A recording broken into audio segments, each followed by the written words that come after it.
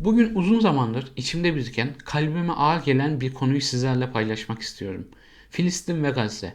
Bu iki kelime sadece coğrafi bir yer değil, aynı zamanda bir yara, bir direniş, bir umut. Belki de insanlığın vicdanının nabzının attığı bir yer. Bu videoda Filistin meselesini sadece bir Müslüman olarak değil, insan olarak, vicdan sahibi bir birey olarak bu meseleyi konuşalım istiyorum. Benim bu videoyu yapmaya karar vermem sadece bir YouTube içeriği olsun diye değil. Edebiyat, şiir ve felsefe konuşurken insanlığın hikayelerini, acısını, umudunu anlatırken Filistin'i es geçmek olmaz. Filistin sanki yeryüzünün yazılmış en hüzünlü şiiri gibi. Aynı zamanda en güçlü bir direniş destanı. Bu videoda Filistin tarihine kısaca dokunacağız. Gazze'nin bugün neler yaşadığını konuşacağız. Ve bu meselede ne yapabiliriz onu düşüneceğiz. Samimi bir video olacak çünkü ben bu videoda sadece bilgi aktarmak değil, kalbimi de açmak istiyorum. Filistin binlerce yıldır medeniyetlerin kesişim noktası. Hz. İbrahim'in, Hz. Musa'nın, Hz. İsa'nın, Hz. Muhammed'in izlerinin olduğu bir yer. Mescid-i Aksa Müslümanlar için sadece bir cami değil, bir miraç noktası. Peygamberimizin gökyüzüne yükseldiği, Allah'a en yakın olduğu yer. Bu yüzden Filistin sadece bir toprak değil, Müslümanların ruhunda bir sembol. Ama 20. yüzyıla geldiğimizde bu kutsal toprak bir işgalin gölgesine düştü. 1948'de Nakba yani büyük felaket yaşandı. Yüz binlerce Filistinli evlerinden, köylerinden zorla sürüldü.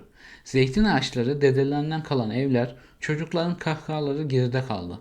Bir halk kendi toprağında mülteci oldu. Düşünsenize bir sabah uyanıyorsunuz ve size burası artık senin değil diyorlar. Ne hissedersiniz? Bu sadece bir politik mesele değil, bir insanlık dramı. O zamandan beri Filistinler işgal altında yaşamaya çalışıyor. Gazze bu acının en yoğun hissedildiği yerlerinden biri. 2 milyon insan küçücük bir alanda açık bir hapishanede yaşıyor. Elektrik yok, temiz su sınırlı, ilaç bulmak bir mucize ama buna rağmen Gazze pes etmiyor. Gazze'yi konuşurken içim hem yanıyor hem de hayranlık doluyor. Gazze bir yanda bombalarla, ablukayla boğuşuyor. Diğer yanda bir halk inancıyla, umuduyla, onuruyla ayakta duruyor. Çocuklar yıkıntılar arasında uçurtma uçuruyor. Anneler evleri başlarına yıkılsa da çocuklarına sarılıp Allah büyüktür diyor. Gençler ellerinde taşlarla, imanlarıyla zulme karşı duruyor. Bu insanlar sanki bize bir ders veriyor. İman sadece güzel günlerde değil, en karanlık anlarda da ayakta durmaktır. Bir Müslüman olarak Gazze'ye baktığımda Kur'an'da bir ayet yankılanıyor kulaklarımda. Şüphesiz Allah sabredenlerle beraberdir. Gazze bu ayetin yaşayan bir örneği. Ama sadece sabretmiyorlar, direniyorlar. Direniş sadece silahla değil, bir halkın onuruyla, umuduyla, duasıyla da olur. Gazze bu direnişiyle bize bir ayna tutuyor. Bizler rahat evlerimize, sıcak çayımızla bu direnişe nasıl destek olabiliriz?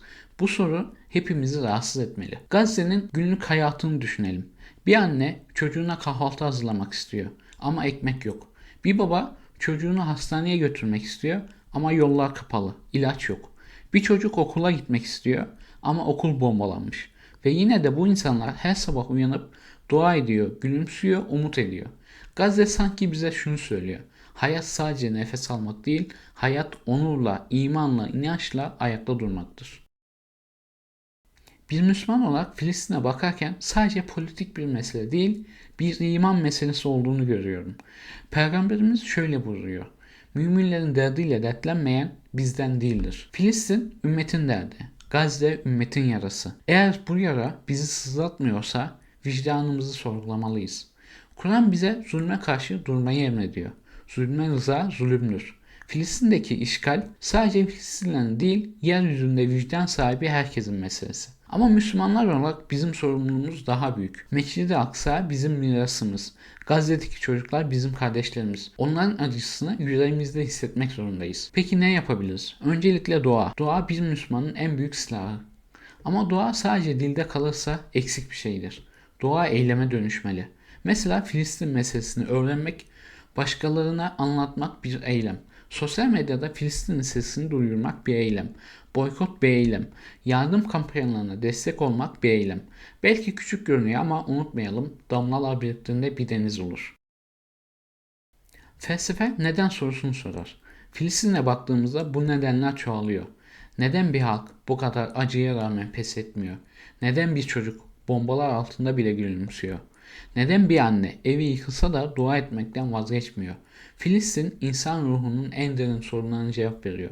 Adalet nedir? İnsanlık nedir? Zulme karşı durmak ne kadar güçlü olabilir? Filistin bize özgürlüğün ne olduğunu öğretiyor. Özgürlük sadece bedenin zincirlerinden kurtulması değil, özgürlük bir halkın onuruyla, imanıyla, inancıyla ayakta durması. Gazze bu özgürlüğü yaşıyor. Felsefi olarak baktığımızda Gazze bir paradoks. Hem en büyük acıyı yaşıyor hem en büyük umudu taşıyor. Bu sanki insan varoluşunun özü. Acıdan umut doğar, karanlıktan ışık çıkar. Bu meseleye felsefi bir açıdan bakarken Kur'an'ın rehberliğini unutmamalıyız. Allah size ancak adaleti ve iyiliği emreder. Filistin bu adaletin sınavı. Bizler bu sınavda nerede duruyoruz? Bu soru hepimizi düşündürmeli. Filistin bize ne öğretir? Adalet nedir sorar bize. İnsanlık nedir? Bir halk neden bu kadar acıya rağmen pes etmez? Çünkü iman var, inanç var. Çünkü umut var. Filistin sanki insan ruhunun en derin sorularına cevap veriyor. Zulme karşı durmak ne kadar güçlü olabilir? Bir çocuğun gülümsemesi bombalardan daha mı güçlüdür? Evet, daha güçlüdür. Filistin'i konuşurken kelimeler yetmez, zaman yetmez. Gazze'nin acısını, direnişini, umudunu anlatmak için yürekler yetmez. Ama şunu unutmayalım. Filistin sadece coğrafi bir bölge değil, bir vicdan meselesi. Gazze sadece bir şehir değil, insanlığın aynası. Bir Müslüman olarak, vicdanlı bir insan olarak Filistin'e bakıyorum ve diyorum ki bu bizim meselemiz. Mescid-i Aksa bizim, Gazze'deki kardeşlerimiz bizim. Onların acısını yüreğimizde hissetmek, onların sesini duyurmak, onların duasını etmek zorundayız. Ve sadece dua değil, eylemle de yanlarında olmalıyız. Bu videoyu izledikten sonra bir dua edin, bir paylaşım yapın, bir boykot listesine bakın. Filistin'in sesini duyurmak için ne yapabiliyorsanız yapın. Çünkü damlalar biriktiğinde bir deniz olur ve o deniz zulmün karşısında durur. Son olarak Gazze'deki çocuklara bir söz verelim. Sizi unutmayacağız. Dualarımızla, eylemlerimizle yanınızdayız.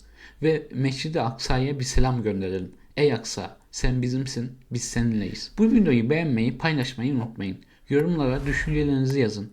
Bir sonraki videoda görüşmek üzere. Hoşça kalın, edebiyatla kalın.